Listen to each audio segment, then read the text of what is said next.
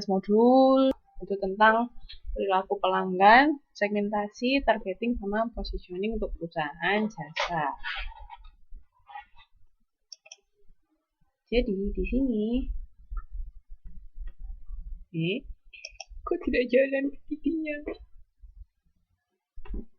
Bentar. Nah, ini bagaimana hal yang penting yang perlu diperhatikan oleh pemilik perusahaan jasa. Sebenarnya nggak perusahaan jasa juga, nggak hanya perusahaan jasa sih, semua perusahaan. Maksudnya kalau mbak-mbak punya bisnis itu yang perlu diperhatikan tuh gimana pelanggan memilih dan membuat keputusan. Kan ada prosesnya toh. Mbak-mbak sendiri gimana biasanya kalau misalnya mau beli sesuatu? Itu ini yang akan kita pelajari untuk modul 2 bagian pertama. Nah, di sini. Jadi ini ada proses pengambilan keputusan. Jadi ada 5 tahapan. Yang pertama itu pengenalan kebutuhan, kedua pencarian informasi, 3 evaluasi alternatif, 4 keputusan pembelian, 5 perilaku setelah pembelian. Jadi ada 5. Apa saya sekarang mau tanya, Mbak kalau mau beli sesuatu apa kayak gitu nggak urutannya? Ini kan yang kita pelajarin itu kan model kayak begini tuh biasanya hasil penelitiannya orang, hasil penelitiannya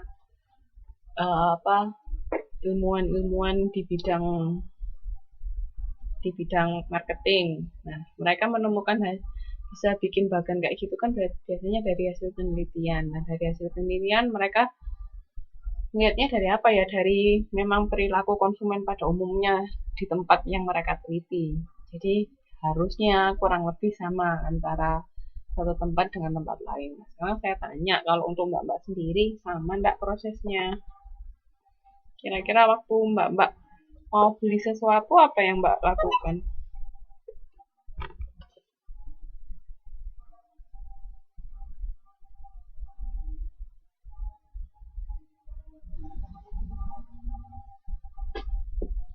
Tergantung.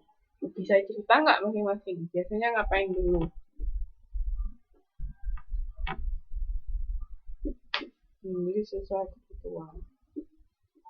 Kenapa sih mbak-mbak pengen beli sesuatu?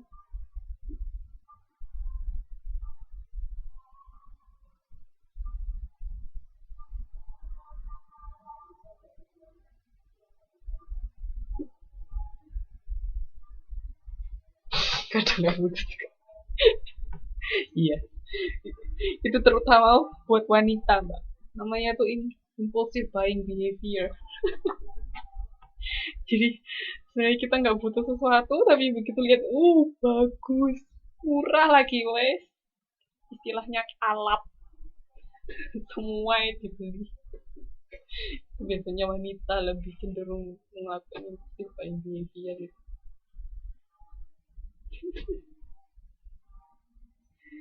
Iya. Ingin sama butuh. Ada lagi, mbak kenapa kok ingin beli? Ada lagi yang mau berpendapat, yang mau cerita?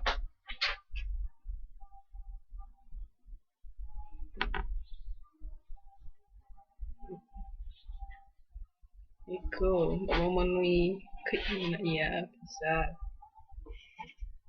Lagi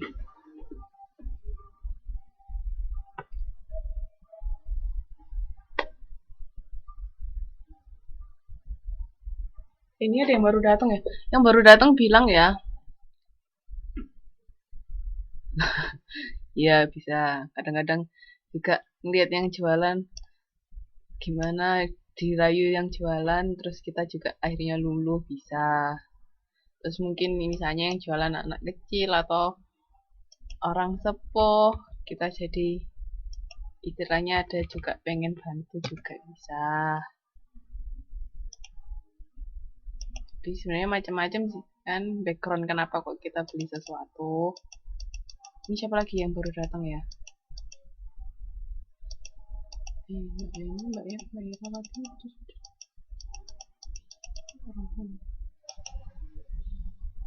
sebentar saya absen dulu yang baru. Ya. Nah, jadi kan kurang lebih situasinya sama toh. Dan di sini menurut ini kita itu pertama prosesnya adalah pengenalan kebutuhan. Jadi apa yang kita butuhkan. Kan kalau misalnya mbak-mbak mau makan, kenapa kok mbak-mbak mau makan? Mbak-mbak mau makan kenapa?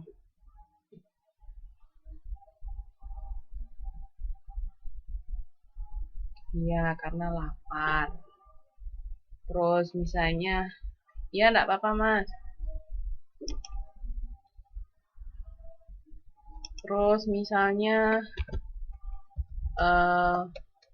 mbak-mbak pergi ke ke taman hiburan karena apa?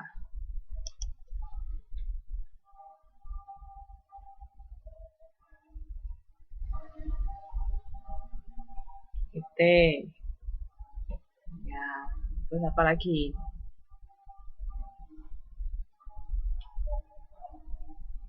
Mencari hiburan, bosan dengan rutinitas. Ya, jadi itu kan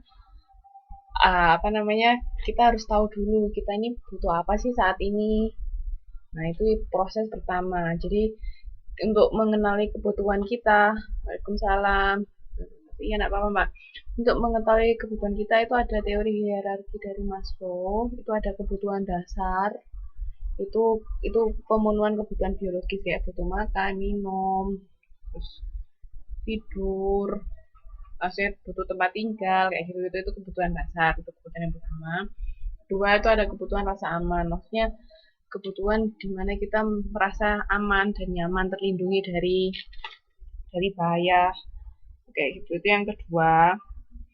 Terus habis itu yang ketiga itu kebutuhan sosial, itu kan karena kita makhluk sosial, manusia kan makhluk sosial, jadi kebutuhan kita untuk bersosialisasi atau berkumpul, berinteraksi dengan orang lain. Terus yang keempat itu kebutuhan prestis atau ego, itu untuk kita ingin mencapai sesuatu kayak prestasi atau keberhasilan akan sesuatu. Terus yang terakhir itu aktualisasi diri, itu kebutuhan untuk memperkaya pengalaman. Jadi kayak misalnya kita punya pendapat sesuatu, gimana caranya kita bisa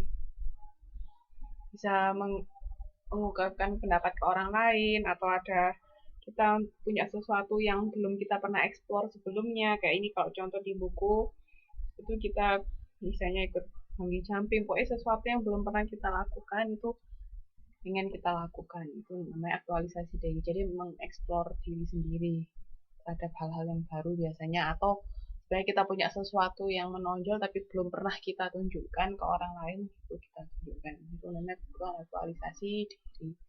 Jadi dari kebutuhan-kebutuhan ini kan nanti tahu kita mau ngapain. Jadi yang pertama kali dari proses pengambilan keputusan untuk membeli sesuatu adalah mengenal kebutuhan masing-masing individu tadi.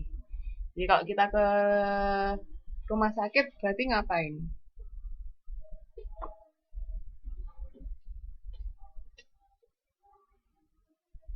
Ya, karena misalnya kondisi badan kita sedang tidak enak, kita butuh berobat, periksa, kita perginya ke rumah sakit. Ya, seperti itu. Jadi proses yang pertama adalah pengenalan kebutuhan. Jadi harus tahu kita ini kebutuhannya seperti apa. Terus yang kedua itu adalah pencarian informasi. Pencarian informasi tentang misalnya tadi mbak kan misalnya lagi pengen refreshing ya toh, atau lagi bete tadi yang bete. Terus dari situ cari informasi kira-kira kemana ya yang enak buat ngilangin bete, buat refreshing, itu kemana. Misalnya kan jadi kan saya tanya ke taman hiburan, dicari informasinya. Karena kita sekarang tinggal di Taiwan, jadi misalnya cari informasi di Taiwan ini taman hiburannya ada berapa sih, di mana aja sih, kayak gitu. Jadi dicari informasi. Atau misalnya mbak sama mas mau cari hiburan yang lain, ngapain, kan tiap orang kan hiburannya beda-beda ya toh, tergantung masing-masing individu. Misalnya ada yang hiburannya itu mancing, mungkin kalau buat mas jadi cari tempat mancing di mana yang ada.